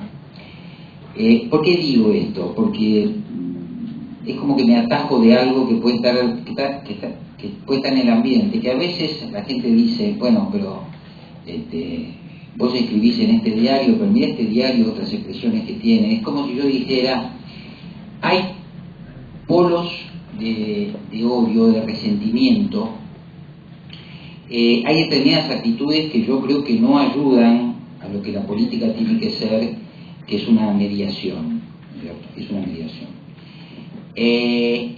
Hay, ¿cómo les voy a decir? Huevos de la serpiente en la Argentina. Hay huevos de la serpiente. Hay expresiones reaccionarias. Ahora, la cuestión también es, me parece, cómo un gobierno administra el odio. Yo tenía un amigo que siempre me decía, antes de ir a una reunión, consultá el mapa de los odios de la gente que te vas a encontrar. Entonces yo creo que cuando un gobierno recibe un país, también tiene allí una cartografía de los odios, y debajo de la cartografía de los odios, una cosa más concreta, muy bien descrita en la sociología, que es la lucha de intereses. Yo soy weberiano, ¿no es cierto? Y Weber ante todo dice, la política es lucha. ¿Y lucha de qué? Lucha de intereses. Entonces un gobierno encuentra una cartografía de lucha de intereses y encuentra una cartografía de luchas de los odios. A veces, ¿no es cierto?, los intereses son económicos, a veces los intereses son simbólicos. El kirchnerismo, por eso para mí es clave eso, llega al gobierno en una situación crítica, cuando la sociedad argentina estaba en un estado de descomposición o había estado en un estado de descomposición. Y ahí tenía la situación social, la situación económica y estas cartografías que yo me estoy imaginando. A mí me parece que seguramente por un requisito o por la forma en que ellos lo pensaron, ¿no es cierto? Claramente Néstor Kirchner se planteó esto como un camino. Yo he insistido mucho, a mí me parece esto, un camino de una situación infernal a una situación menos infernal. Y para mí, y yo insistí con eso y escribí bastante, por más que Néstor Kirchner no hubiera leído a Ernesto Laclau, que dicen que no lo leyó, si uno toma el discurso kirchnerista y toma la teoría del populismo de Laclau, hay muchas cosas que son parecidas. Y por eso yo escribí el otro día en La Nación que ahora hay que examinar la teoría de Laclau al lado de la teoría de Massa e Insaurralde. ¿Por qué? Porque encaja en el populismo radicalizado la situación crítica como la que tenía la Argentina hace una década o más. Porque Laclau empieza por las demandas populares y dice: en una situación democrática estable, a una demanda popular un gobierno responde con una solución. Cuando el gobierno se congestiona y no puede responder, demandas diferentes se vuelven equivalentes y se pueden rotular, se llama significante vacío, pero no viene al caso, bajo un rótulo determinado. Muy bien, eso fue lo de Néstor. Néstor unió distintas demandas, terribles demandas, ¿no es cierto? Falta de trabajo, captura de ahorros, marginalidad, pobreza, violencia. Bajo unos determinados rótulos empezó un camino. Y después creyó pertinente trazar una raya entre lo que consideró el pueblo y lo que consideró el antipueblo. Y avanzó en una lucha con una frontera hegemónica, etcétera, etcétera. Y denominó rápidamente a lo que él consideró los enemigos del pueblo. Nunca inculpó a los argentinos, nunca inculpó, sino que señaló 3 o 4 o 5 enemigos, los rotuló y empezó un combate, si ustedes quieren, retórico y también de interés económico, con los cambios que hemos visto en esos años. Cuando arrancó, Clarín estaba del lado propio, en el campo propio, y después se convirtió en uno de los enemigos número 1, etcétera, etcétera. Lo que yo quiero decir es esto. Me parece que hay odios que son ancestrales, autoritarismos que son terribles, violencias reprimidas que son indeseables. Ahora, yo también me pregunto, una década después, cómo el gobierno administró esto y cómo va a seguir la cuestión. Entonces ahí hay como una cuestión muy bien, por un lado está el gran relato, la ideología, la demanda emancipatoria, la raya entre el enemigo del pueblo y el amigo del pueblo, y por otro lado está la coyuntura de todos los días. Y uno ve, y para mí es un punto muy importante, que a medida que la situación económica argentina y social, y no por el viento de cola, yo esto lo he escrito, no es solamente viento de cola, el gobierno de los Kirchner puso en funcionamiento determinadas políticas concretas con beneficios concretos para muchos sectores. La gente empezó a mejorar, y a medida que empezó a mejorar, cambió su foco de interés, ¿no es cierto? Y cuando nosotros vemos la correlación entre apoyo al kirchnerismo, ¿no es cierto?, y condiciones materiales, eso es muy fuerte. Empleo, creación de empleo, crecimiento económico, consumo y valor del salario por encima de la inflación. Yo creo que esas son las 4 o 5 o 3 cuestiones claves. Sobre eso un relato que muy buena parte de la población aceptó, pero siempre en relación con condiciones económicas más o menos estables. La Argentina de 10 años después tiene problemas que se derivan de insuficiencias del gobierno. Por ejemplo, la cuestión energética, por ejemplo, la inflación, por ejemplo, la inseguridad, que es un problema crónico. El debate de esta campaña es sobre esas cuestiones. Yo escribí el otro día, gente relativamente no involucrada en política, con problemas acotados, va a ir a votar en la provincia de Buenos Aires a 2 intendentes exitosos. Ese es este momento de la Argentina. Entonces, hay que ver en el ecualizador. El otro día en un focus group alguien dijo, no, pero esto es una cuestión de ecualizador. ¿Cuánta gestión se necesita? ¿Cuánta ideología se necesita? ¿Cuánto espíritu constructivo se necesita? Porque, atención, hay gente que odia porque son odiosos, pero hay gente que termina odiando porque no se siente escuchada. Ustedes generan esta reunión y todos nos sentimos escuchados, pero yo tengo muchos episodios donde pudo haber comprensión y mediación, donde pudo haber escucha, no hubo escucha. Entonces hay que ver, ¿no es cierto?, qué es lo que viene. Mi convicción es que esta Argentina más normal, si la economía no se va para un costado y si no se estrella, tendría que ser una transición donde en algún momento, posiblemente adentro del peronismo, pero en consulta con otras fuerzas políticas no peronistas, se sienten a pensar, no un gran proyecto de país, eso no me convoca y no me parece real, sino 3 o 4 o 5 puntos, ¿no es cierto?, que son críticos en este momento. Más allá de eso, creo que no se puede decir, o yo por lo menos no puedo decir, pero digamos así, me parece que el odio es un problema de administración también, no es un problema estructural. Es una pregunta fascinante. Mi respuesta va a ser mucho más titubeante que la de Eduardo, pero me da ganas de contestar, aunque sea para empezar a pensarlo yo.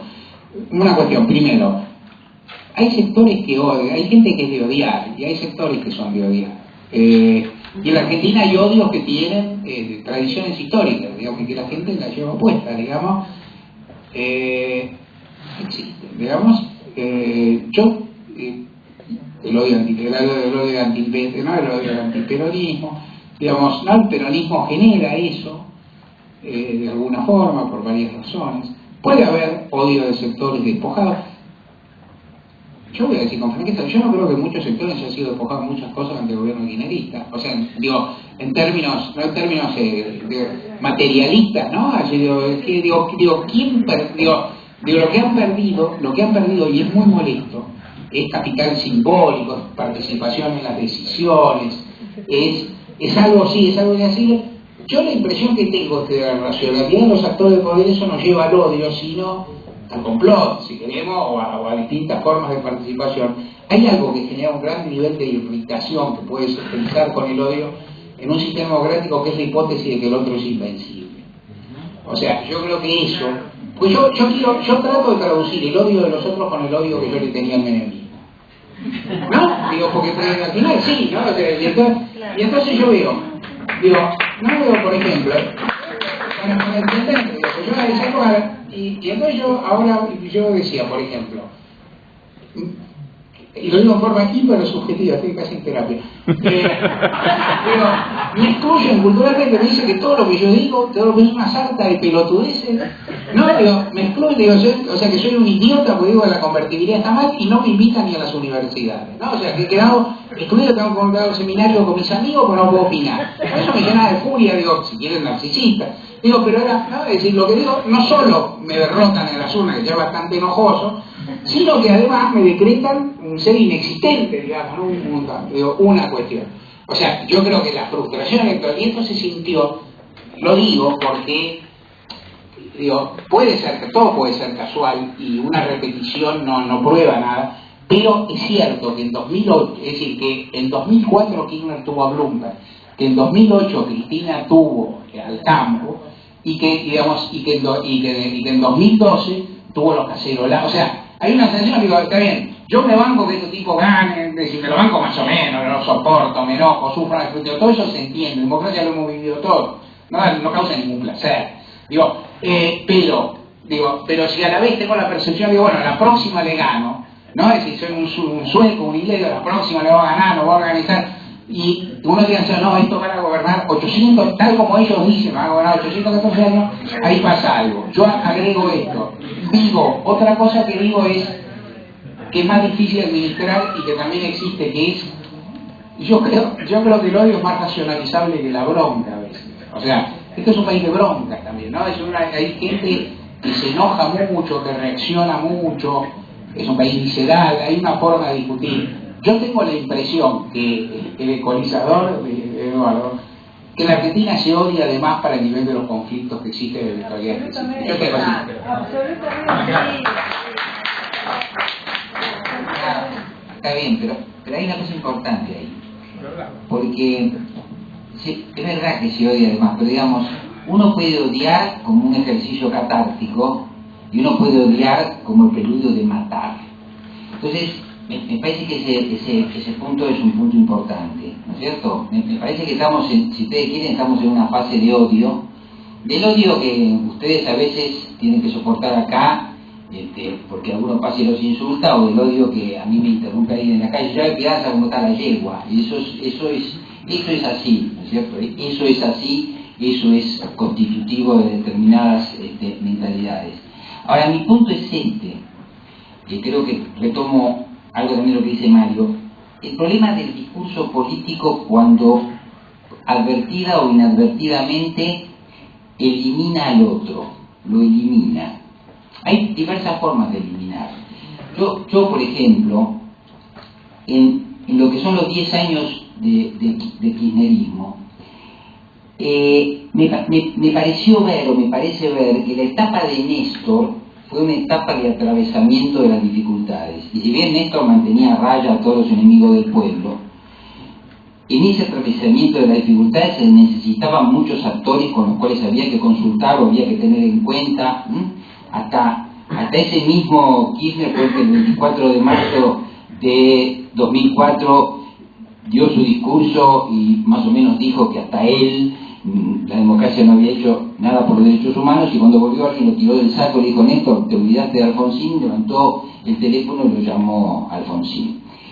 La segunda etapa, que es la etapa de Cristina, yo la veo deficitaria en política, pero no solamente en la dificultad de Cristina para las transacciones políticas, sino en el propio discurso que yo he llamado discurso consagratorio, o un discurso casi hegeliano, o un discurso, sí, ¿no es cierto?, de resolución de las contradicciones. Yo el otro día escribía en el diario que si uno va al discurso del 17 de octubre de 2011, pocos días antes de que Cristina se alce con su gran triunfo electoral, ella creyó ver la cancelación de las dificultades a través de la nueva abundancia de la Argentina, etc. Si uno le suma eso, después le suma Vamos por Todos, después le suma Nunca Menos, el que está del otro lado tiene la sensación de que queda, ¿no es cierto?, queda como en un lugar donde no tiene nada que decir. Es decir, entonces eso, quieran o no quieran, eso excita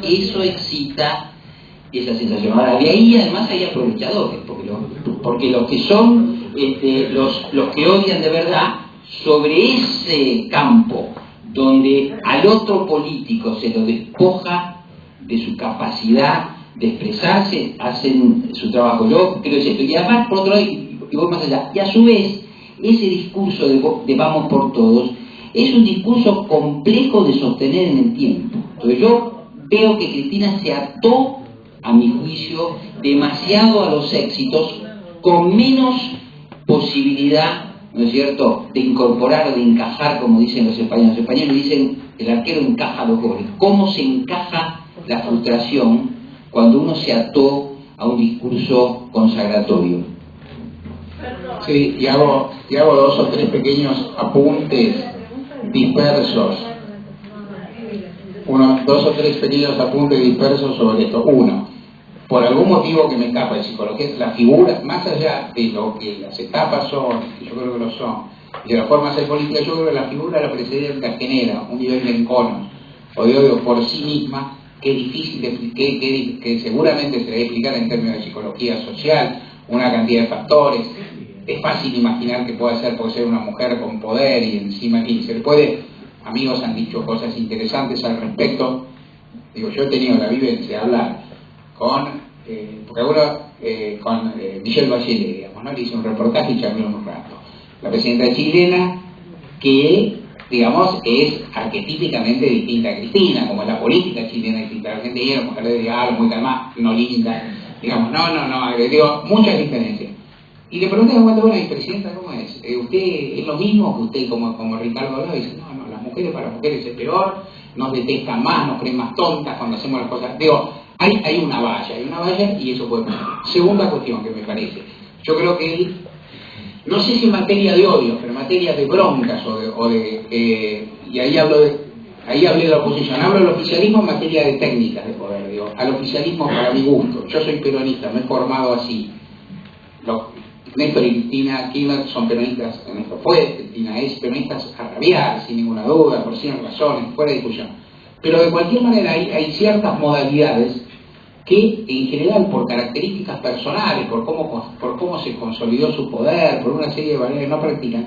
Y yo creo que hay factores como, digamos, factores de contención, de conversación. Es decir, yo creo que eso sobre todo en la fuerza propia o en sectores cercanos o demás,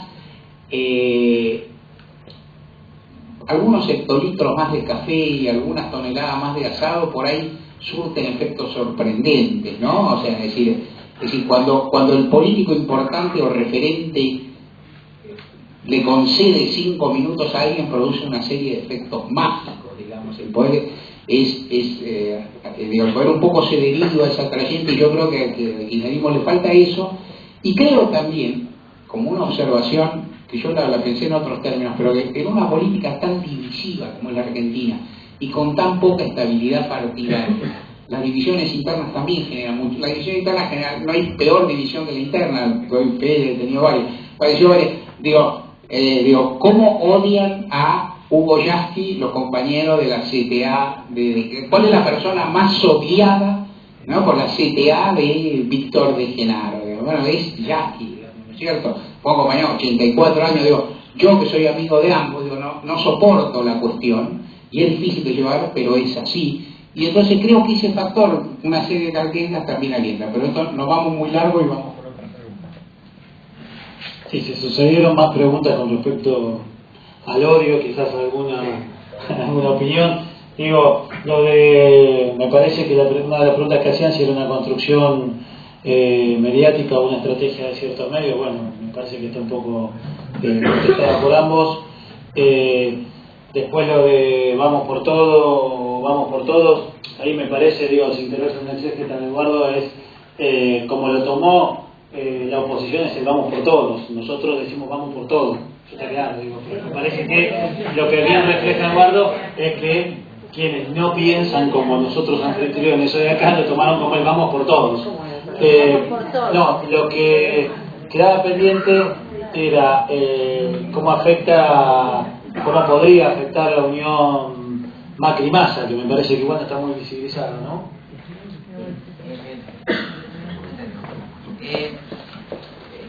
Massa está teniendo algunos problemas en la campaña que luego se están expresando en este acortamiento de las distancias, ¿cierto? ¿Por qué lo digo? Porque como mostramos nosotros en una encuesta hace 2 semanas, buena parte de la gente que hoy dice que lo va a votar a Massa tiene buena imagen de Cristina, y esto en cierta manera es una dificultad. ¿Por qué? Porque a la vez, si Massa seguía por esto y establece pocas diferencias con Cristina, empieza a perder el voto más opositor que necesita. Es como que tiene una manta corta, ¿cierto? Si se tapa la cabeza, le cubre los pies. Si tapa los pies, le cubre la cabeza. No es una cuestión fácil de solucionar. Creo que dentro de esto hay que poner la cuestión del PRO. Está claro que en este momento el PRO, que está exhausto en la provincia de Buenos Aires, necesita a Massa. No me queda claro que Massa necesite al PRO, por eso lo está tratando de alejar. Pero quiero decir, a mí sí me interesa plantear esta dificultad de la campaña de Massa, porque me llevó todo el día de hoy y el día de ayer, porque ustedes saben, nosotros en Poliarquía somos consultores, la gente sabe que nosotros los números nunca los vamos a cambiar, y digamos, estamos en un lugar donde somos consultados, ¿no? Y estalló esa dificultad, ese problema. Y eso habla también de otra cosa que creo que es importante, que yo también quiero decir, que tiene que ver con el liderazgo de Cristina y cómo ese liderazgo va a evolucionar o involucionar. ¿Qué quiero decir? Cristina no puede ser reelegida y tiene una dificultad en la sucesión. Va a entrar posiblemente, aunque gane, en la fase de llamado pato rengo. Ahora, lo que estamos asistiendo en este momento es una disputa entre dos formas de liderazgo. El que representa a Cristina, que lo apaña, lo apoya Insaurralde, y el de Massa. Hay gente que todavía no distingue. Por ejemplo, la gente no distingue el conflicto histórico entre Scioli y Cristina. Cuando hubo el conflicto docente, vio algo y después no. La gente no distingue del todo esa diferencia entre Massa y Cristina, y todavía eso se está dirimiendo. Ahora la cuestión es esta: ¿qué va a hacer Cristina después? Porque Cristina entra en su fase final va hacia su fin administrativo en lugar de ir a su continuidad carismática, pero va a conservar, si lo hace bien, buena parte del poder político y electoral. Ahora, mi pregunta es esta: ¿por qué Cristina cuando a mí me pregunta cómo está Cristina, digo, es relativo a su propia intención? Si Cristina se propusiera una transición, como yo empecé esta charla, y dar lugar a una sucesión que tendrá que ver cómo puede influir en ella, yo diría que está fuerte Cristina.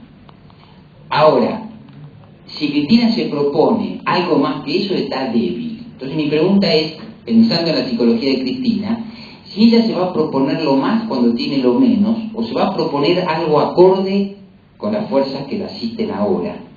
Porque si Cristina va haciendo su modulación y va haciendo su transición, hay una cosa muy importante, y por eso yo traje también a la figura de Carrió. Los liderazgos políticos no son frecuentes, son infrecuentes, ¿no es cierto?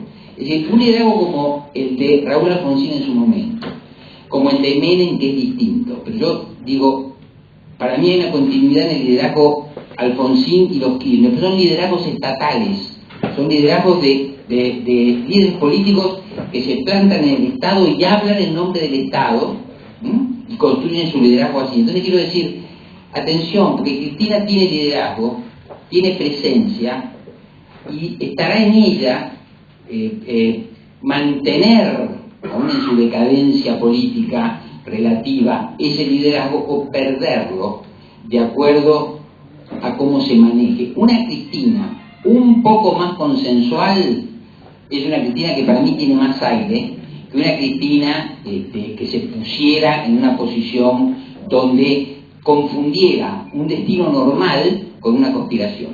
Cristina va a seguir trabajando. Puede ser. Digo algo de lo segundo que dijo Eduardo, que era, digamos, relativamente digresivo a la pregunta, y después voy un poquito a lo de más a Macri, que me parece más sencillo. O hago al revés, empiezo con más a Macri, que es fácil. Como observador de la realidad que es uno, como amante de la política, y también uno como carga con la formación peronista, que es un karma, ¿no? O sea, es uno, digo, ¿qué va a hacer? ¿Qué puede hacer? ¿No? Es como ser judío. O sea, uno puede decir lo que quiere.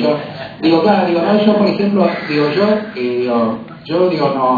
me rehusé a tomar el bar mitzvah a los 13 años, rompí con toda mi familia, nunca salí con una mujer judía en mi vida. Me casé sucesivamente, en forma prolija, con dos egresadas de colegios de monjas. Digo, he hecho todo eso, igual soy judío, no importa. Ese es un problema mío como psicoanalista. El peronismo es parecido.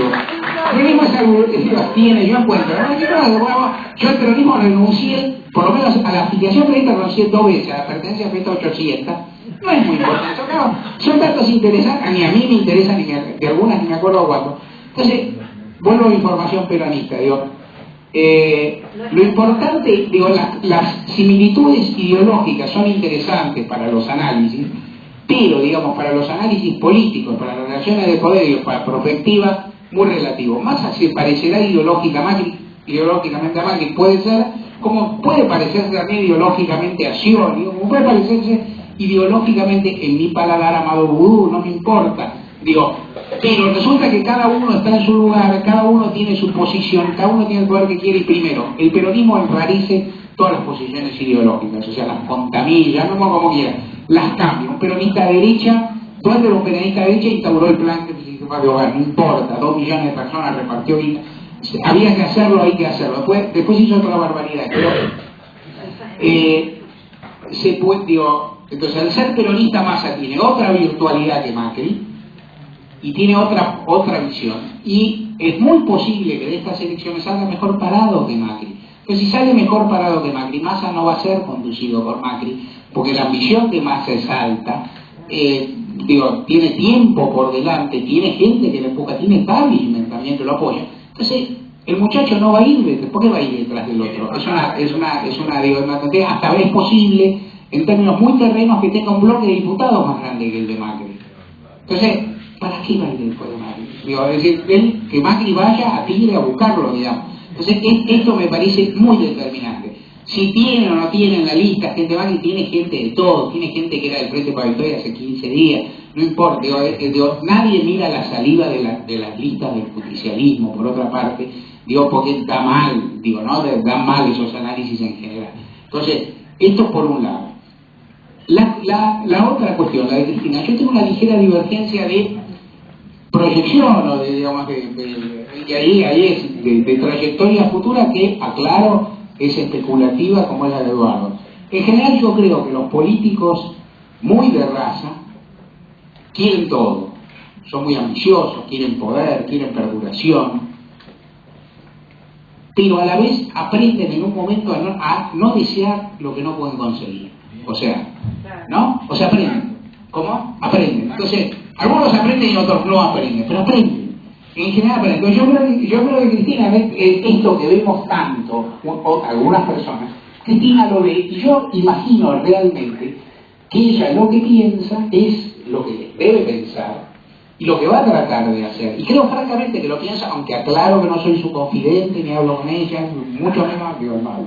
Entonces, que lo que va a tratar de hacer es ese camino que Eduardo vio tan difícil, pero que lo va a intentar. Ahí sí aparece el voluntarismo del político, que aparece aparte, la posibilidad de intervenir. O sea, lo que yo creo es que Cristina va a buscar su digno. Ahora va a buscar en el momento que toque, que no es este. Y yo creo también que en ese sentido, todo lo que ha hecho hasta ahora, es decir, no decir nada, dejar que Diana Conti diga algo, que Conti diga algo, ahí sí yo como ponente hubiera hecho lo mismo. O sea, que es tener distraído, porque ya, cuando empezó a hacerlo, tiene que tener distraídos a todos 2 años. Aunque más no sea para que no se remueva el gallinero del propio peronismo. Y eso se consiguió, ya está, no es ese 2 años pasados. ¿Qué pasa si las elecciones sellan un escenario de no reelección? Ahí se empezará a hablar, y yo creo que ahí lo va a tratar de hacer, y ahí sí depende qué votos tenga, cuántos votos tenga, es decir, cuántos coroneles, cuántos diputados, cuántos senadores, qué factores tenga, y creo yo que en general un gobierno kirchnerista, como fue el gobierno de Carlos Menem, y esto también vale la comparación, no es un pato rengo de antemano, y puede no serlo por la capacidad de poder que tiene. Si Menem está derrotado el año 97, y entregó el mando con una prolijidad, enorme, un país devastado, y aún así, lo cual tal vez es más llamativo, un país devastado, el tipo entregó, fue un día, le entregó las llaves al otro, hizo todo, y mantuvo los atributos del poder de la dominación política hasta último momento, tanto que pudo bromar a Duhalde en el camino, un poquito en términos políticos. Yo creo que en ese sentido, lo que yo imagino como perspectiva más factible, si las elecciones no dan un desenlace abrumador para el Frente de la Victoria, que no lo veo para nada, es que la presidenta empieza a plantearse esa cuestión con una fuerza importante, con costos severos para el que se pueda abrir, o costos hipotéticos o virtuales severos, y que lo empiece a discutir. Yo creo que ahí se va a pensar con más racionalidad, también pensando en algo, inclusive, ya pensando más, un kirchnerismo de un 25-30% en la oposición, con una sociedad mal acostumbrada, entre comillas, a tener paritaria, consumo, cortar la calle cada vez que se te da la gana, es decir, hacer toda esta cantidad más, porque es un adversario, ¿cómo? Es un capital, con la señora donde en Calafate, en Río Gallegos, en el Senado de la Nación molestando, sentado donde, con un factor de poder, y es más, yo digo una cuestión, salvo que se produzca un escenario, como dice Eduardo, si no hay un escenario económico-social catastrófico, yo creo que el kirchnerismo va a ser, y Cristina Kirchner va a ser, de todos los, si Cristina perdiera, sería, de todos los presidentes que perdieron, la que va a quedar con más capital político, lejos, mucho más que Alfonsín y mucho más que Menem. Y entonces, entonces uno construye plan A, plan B, plan A gano, yo diría plan A, plan B, plan C, plan A gano con alguien propio, que es difícil porque no está, porque todo esto tiene 1% de conocimiento público, 3% de aprobación, macanudo. El insaurralde nacional, ¿quién será? No lo sé. Segundo, las alineaciones, ¿qué le vamos a hacer con este muchacho? O algo parecido. y el tercero es, digamos, conservar una fuerza de contragolpe que se haga ver. En ese sentido yo creo que esas son las hipótesis de mayor a menor. Obviamente el político y los Kirchner más son hipervoluntaristas con una capacidad de mover la frontera gigantesca, pero yo no creo que haya ese desacople con la realidad o las perspectivas. Al revés, me parece que han sido políticos muy pragmáticos y que han sabido entenderlo. Y lo que hizo en estos 2 años, que no abrir la boca, no decir ni sí, ni no, ni blanco, ni negro, y de vez en cuando tirar un fuego artificial, me parece una táctica casi directa.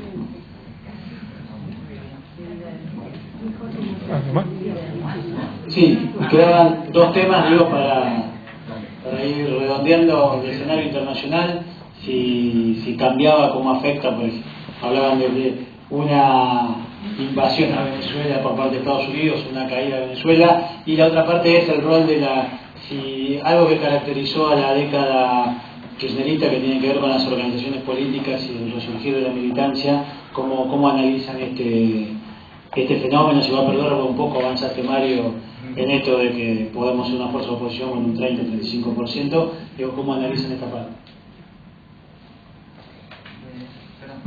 Lo de la militancia, ¿por qué me repetir? Si es una característica para llegar a la militancia, digo, no, ¿cómo analizan el fenómeno de las organizaciones políticas, que es un fenómeno claramente de la década, ¿no? Yo la verdad que es difícil, y para mí es materia para estudios académicos, saber si en esta década en Argentina hubo o no hubo una repolitización. Porque habría que elegir los indicadores, ¿cierto? Habría que determinar y definir qué entendemos por politización. Hay una primera cuestión impresionista en el ámbito en que uno se mueve, es que efectivamente se ha hablado tal vez más de política en esta década en la mesa de la familia, entre los amigos, pero que se hablaba en la década del 90. Ahí ha habido una cosa paradójica. Yo como creo que esto no es un drama, sino un psicodrama, me parece divertido. Por ejemplo, en el curso de esta década, mi mamá se volvió kirchnerista y después cristinista. Pero tiene su explicación, porque tuvo que ver con la jubilación, tuvo que ver con determinados logros que ella vio. Quiero decir que uno iba a un asado y había uno que era de un lado, otro que era del otro. Algunos se lo tomaron a la tremenda y se pelearon, otros no. Y en algún momento alguien decía, mi mamá decía, bueno, no se habla más de política. Por ejemplo, mi mamá, yo escribo mis artículos y me llama y me dice, querido, te felicito. Le digo, ¿vos leíste lo que yo puse? No, querido, pero ya sintetiza ahí. El amor es a su hijo y el amor a Cristina.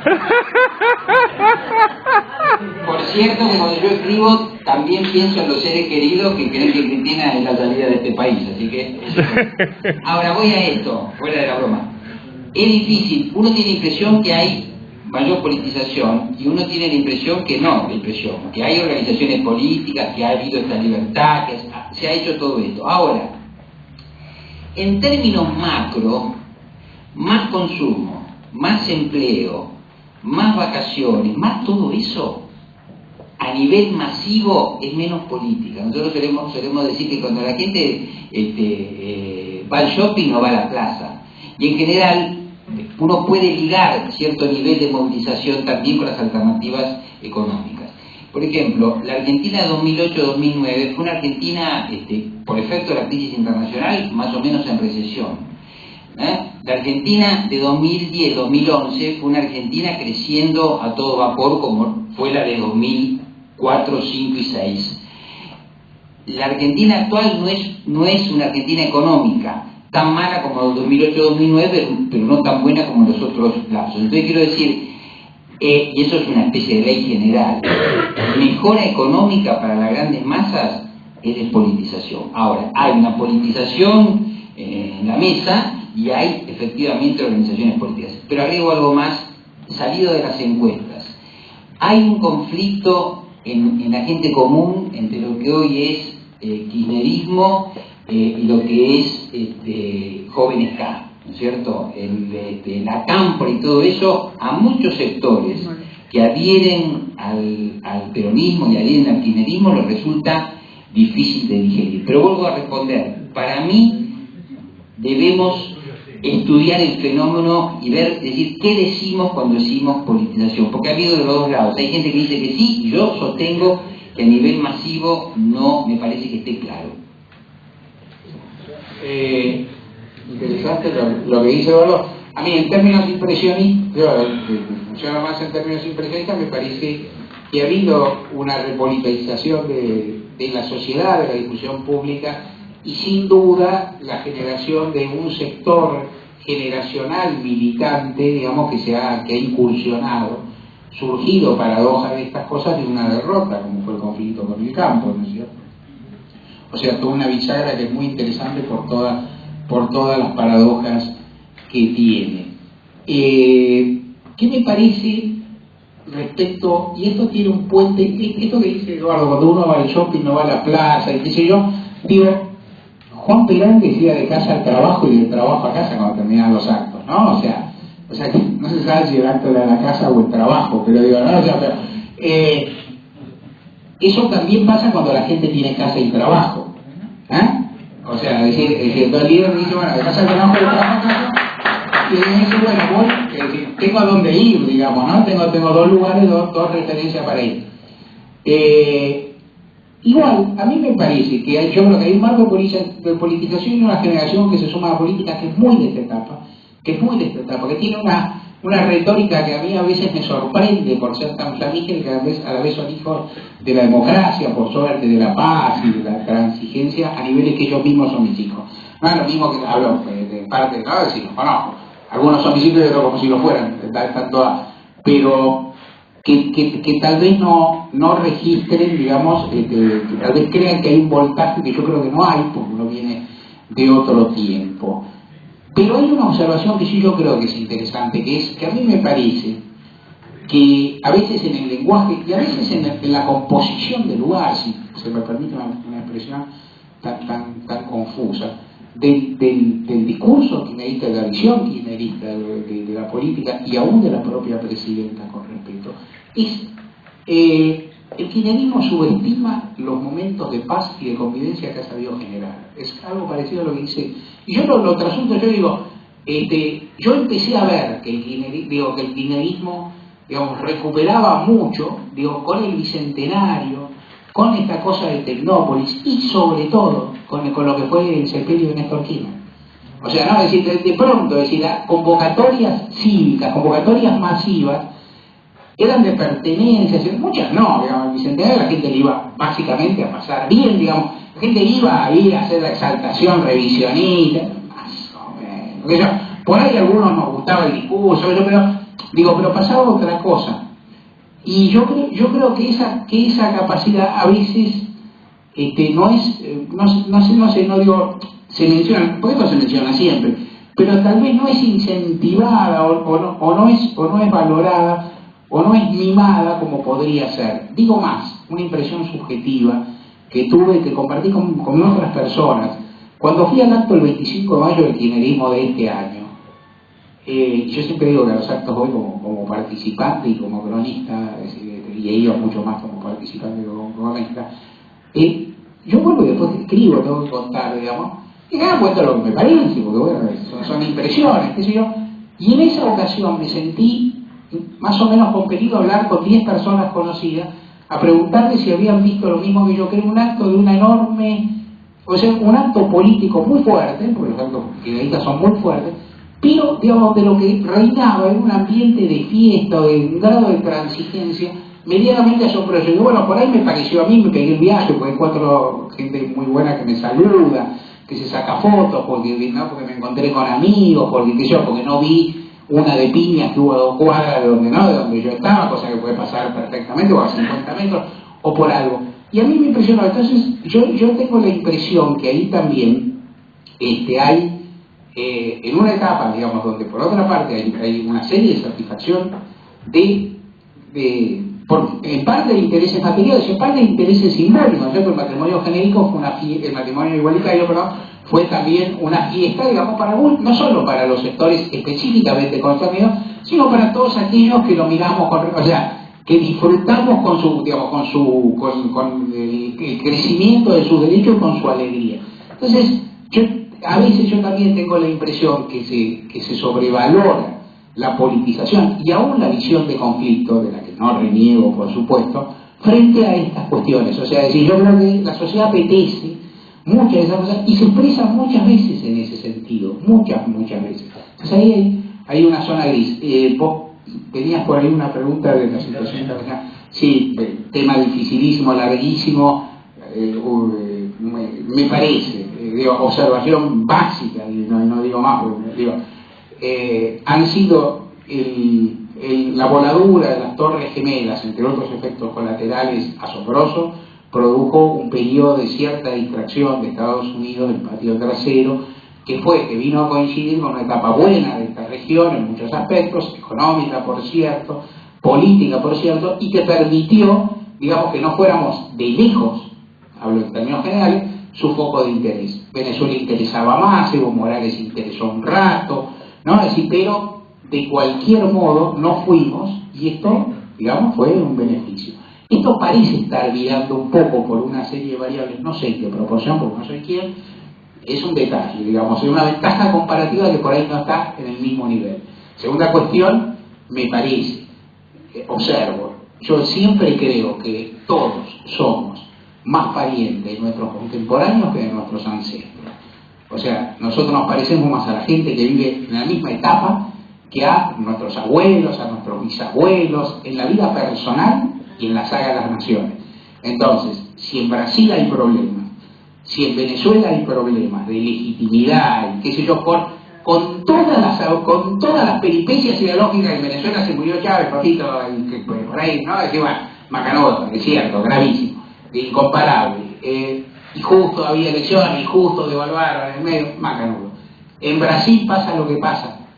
Impresión que uno tiene es el riesgo del fin de ciclo, el riesgo, digamos, de que algo haya cambiado, el riesgo de las cosas no estén tan cómodas, acecha en el vecindario, y esto se debe mirar. Los procesos no son sincrónicos, Venezuela empezó antes, Brasil prácticamente empezó al unísono con Argentina, ¿no? Cuestión de muy poco tiempo. De cualquier manera, esa señal sí me parece una señal fuerte, muy difícil de traducir, porque cada país después tiene su lógica, sus secuencias, sus movimientos sociales, su organización, pero algo esas campanas doblan y por ahí hay que prestarles atención. ¿Hay más preguntas? No. Yo lo que quiero decir... No, bueno. Papelito amarillo, mirá, qué barbaridad. Va por el... Electricidad. Cerralo ahí.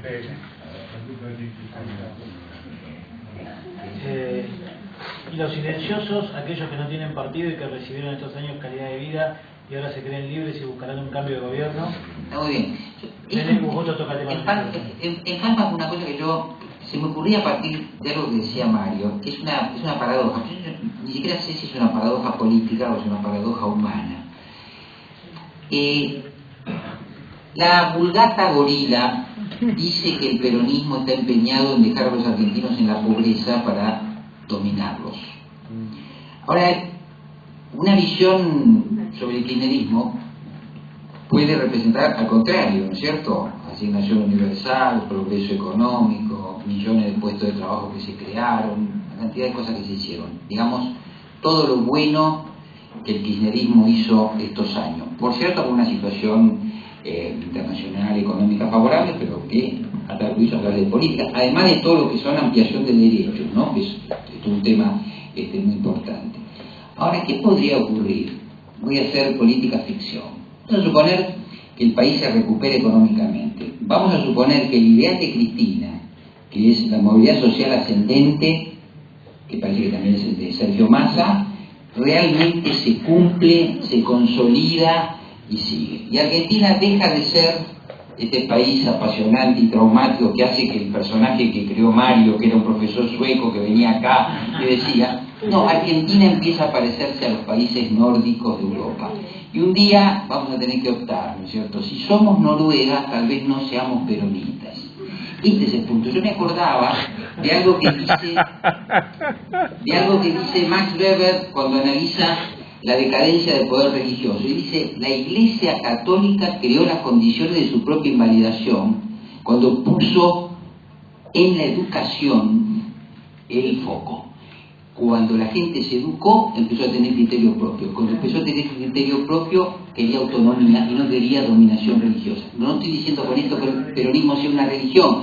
Lo que estoy diciendo es que inadvertidamente, en un proceso histórico, se pueden estar creando las condiciones de invalidar un movimiento histórico que va durando 70 años a partir de que sus logros se hagan concretos. Yo creo que esto no es algo que debamos descartar. Ahora, eso sí, si tenemos que elegir entre ser Noruega y ser Argentina, a lo mejor hay algún punto en el ecualizador porque no seamos tan Noruega y seamos un poquito Argentina, en el sentido que nosotros sabemos y que nos vuelve tan interesantes y tan atractivos para muchas personas en el mundo.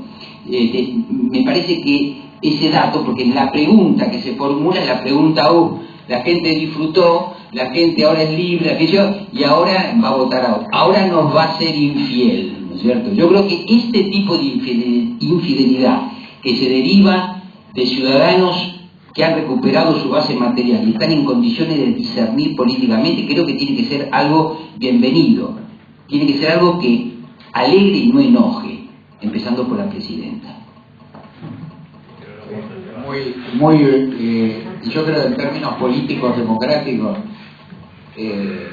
si el pueblo soberano, que en materia democrática se expresa ahí, se expresa como cuerpo en las elecciones, lo que yo creo que el gobierno tiene que entender, y todos tenemos que entender, es que en las sucesivas convalidaciones que tuvo el kirchnerismo, el pueblo le galpó al kirchnerismo lo que recibió. O sea, es decir, por eso tuvo las revalidaciones que tiene, y es bastante posible, y yo no creo que esté mal. Es decir, la pregunta es ¿cómo estabas vos en 2003? Yo creo que muchas personas pueden preguntarse validamente cómo estaba yo en 2011, porque en 2011 ya lo gané. Ahora puede decir que eso es injusto, es desagradecido. Yo creo que ni siquiera en un pensamiento ideológico peronista, si tal cosa existe, pero el más persona dice, bueno, el que asciende pide más. El otro día escribí una frase de mi amigo Fortunato Malimati, que es sociólogo, que es un cristiano progresista y que es peronista a morir, ¿no? Que también está de vuelta de todo, pero que es peronista, él dijo, el que llegó al purgatorio pide el paraíso. No es que dice, qué contento que estoy que salí del infierno. Yo salí del infierno.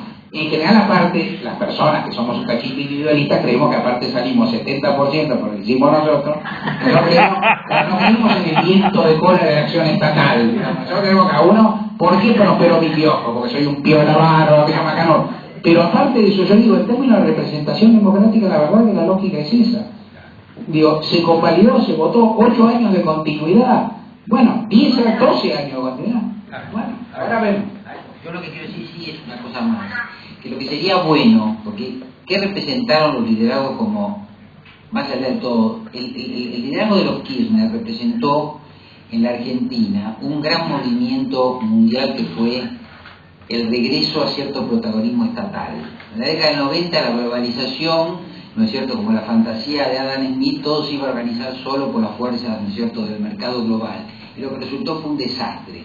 Entonces, la década de los 2000 es una década de recuperación del protagonismo estatal, ¿no es cierto? Y el peronismo suele tener ese reflejo, ¿no es cierto? Perón es la época de la construcción del Estado benefactor, los Kirchner, Menem es el neoliberalismo mundial, los Kirchner son un liderazgo de recuperación estatal. Yo creo que sería muy interesante, hay que ver cómo evoluciona el mundo, que los liderazgos que vengan sean liderazgos con esa sensibilidad y con esa noción estatal. ¿Cuál es la diferencia?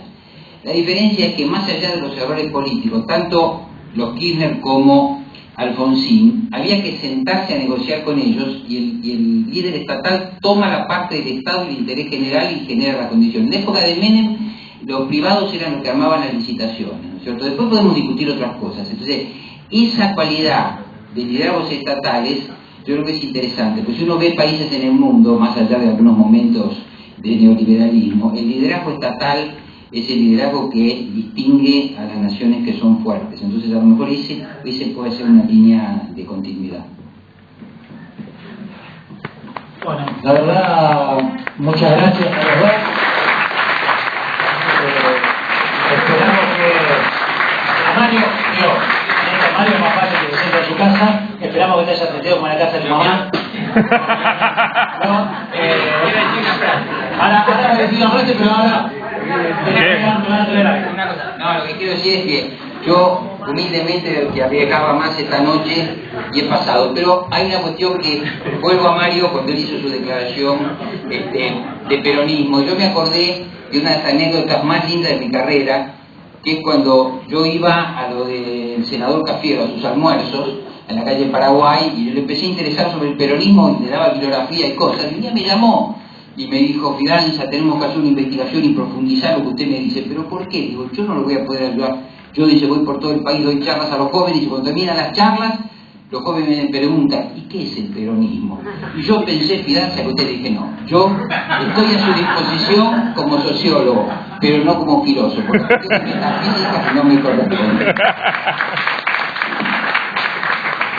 Bueno, la juventud con Elida, que es nuestra joven militante, porque es la que me empuja todo el tiempo, y la compañera Gabriela Castillo, que llegó tarde porque está en reunión de comando de campaña, pero es la comunera de Recoleta.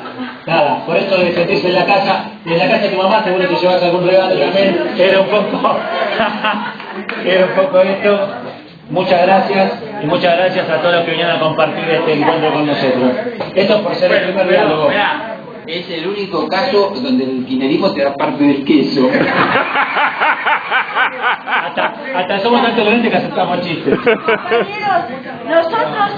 Compañeros e invitados, nosotros sostenemos este local con mucho esfuerzo, así que como no cenaron, hay empanadas, hay pisetas, y con eso pagamos la luz del local, así que acérquense un vinito. Muchas gracias.